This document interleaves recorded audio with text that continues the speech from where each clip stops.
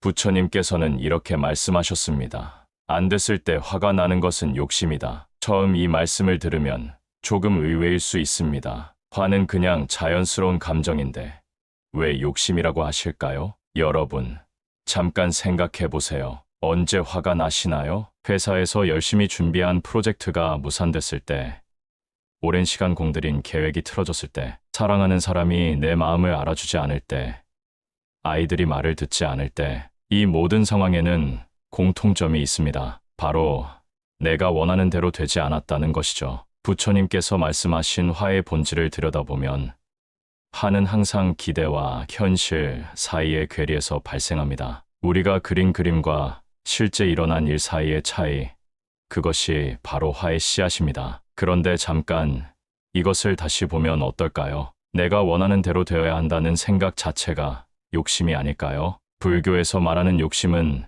단순히 물질적인 것만을 의미하지 않습니다. 내 뜻대로 되길 바라는 마음, 상황을 통제하려는 마음, 타인이 내 기대에 맞춰 행동하길 원하는 마음, 이 모든 것이 욕심입니다. 예를 들어볼까요? 직장에서 동료가 내 의견에 동의하지 않을 때 화가 난다면 이는 내 의견이 받아들여져야 한다는 욕심에서 비롯된 것입니다. 자녀가 내가 원하는 대로 공부하지 않을 때 화가 난다면 이는 내 아이는 내 기대대로 살아야 한다는 욕심에서 나온 것이죠. 심지어 날씨가 좋지 않아서 기분이 상한다면 이조차도 날씨는 내가 원하는 대로 맑아야 한다는 미세한 욕심에서 비롯된 것일 수 있습니다. 세상은 내 뜻대로만 돌아가지 않습니다. 이것이 바로 부처님께서 가르치신 무상의 진리입니다. 다른 사람도 각자의 생각과 상황이 있고 각자의 인연과 업이 있습니다. 예상치 못한 변수들도 얼마든지 있죠.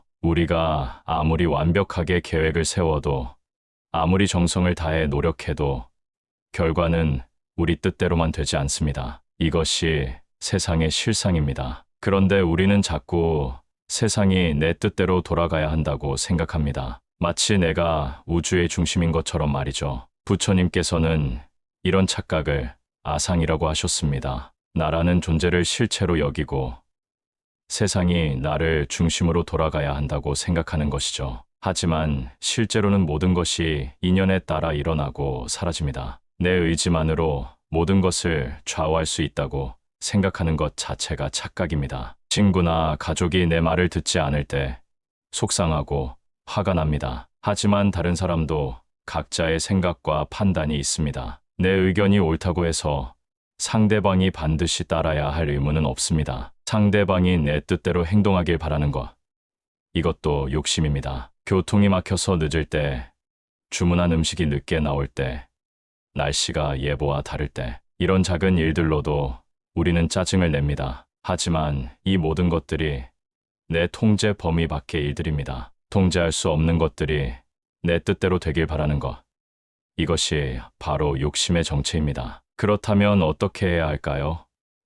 부처님은 이런 집착을 놓으라고 가르치셨습니다. 놓는다는 것은 포기한다는 뜻이 아닙니다. 노력하지 않는다는 뜻도 아니죠. 최선을 다하되 결과에 대한 집착을 놓는 것입니다. 결과는 수많은 인연이 만나서 만들어지는 것이지 내 의지만으로 결정되는 것이 아니라는 사실을 받아들이는 것입니다. 바가바드 기타의 가르침, 힌두교의 경전인 바가바드 기타에도 비슷한 가르침이 있습니다. 행위에는 권리가 있으나 결과에는 권리가 없다. 우리는 최선을 다해 행동할 권리와 의무가 있습니다. 하지만 그 결과까지 우리 마음대로 할 권리는 없다는 뜻입니다. 결과에 대한 기대를 내려놓고 지금 이 순간 최선을 다하는 것에 집중하는 것, 이것이 진정한 평안의 길입니다. 씨앗을 심은 농부는 열심히 물을 주고 돌보지만 씨앗이 언제 싹을 틔울지는 자연에 맡깁니다. 우리도 이와 같은 마음으로 살아가야 합니다. 그럼 구체적으로 어떻게 실천할 수 있을까요? 화가 날 때 한번 멈춰서 물어보세요. 지금 내가 무엇을 원하고 있는가?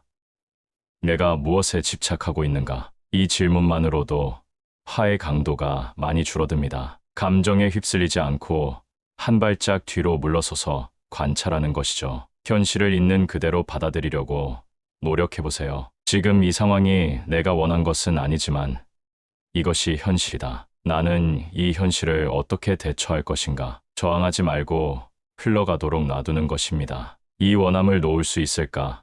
라고 자신에게 물어보세요. 처음에는 어려울 수 있습니다. 하지만 연습하다 보면 점점 쉬워집니다. 놓는다는 것은 체념이 아닙니다. 오히려 더 지혜로운 선택을 할 수 있게 해주는 자유로움을 얻는 것입니다. 화를 놓았을 때의 변화는 정말 놀랍습니다. 우선 몸이 편해집니다. 화는 우리 몸의 독소를 만들어내지만 화를 놓으면 몸의 긴장이 풀리고 건강해집니다. 마음도 평화로워집니다. 항상 무언가와 싸우고 있는 상태에서 벗어나 고요한 평안을 맛보게 됩니다. 인간관계도 좋아집니다. 다른 사람을 내 뜻대로 바꾸려 하지 않고 있는 그대로 받아들이니까 관계가 한결 편안해집니다. 가장 중요한 것은 진정한 자유를 얻는다는 것입니다. 외부 상황에 내 감정이 좌우되지 않는 진정한 내적 자유를 경험하게 됩니다. 부처님의 가르침은 2500년이 지난 지금도 여전히 유효합니다. 안 됐을 때 화가 나는 것은 욕심이다. 이 간단한 한 문장이 우리의 삶을 완전히 바꿀 수 있습니다. 오늘부터 화가 날 때마다 이 말씀을 떠올려 보세요. 그리고 잠깐 멈춰서 자신에게 물어보세요. 지금 내가 무엇을 원하고 있는가? 이 원함을 놓을 수 있을까? 그 순간 여러분의 마음에 평화가 찾아올 것입니다. 시청해 주셔서 감사합니다. 구독과 좋아요는 더 많은 분들과 이런 소중한 가르침을 나누는데 큰 힘이 됩니다. 여러분의 마음에 늘 평안이 함께 하시길 기원합니다. 감사합니다.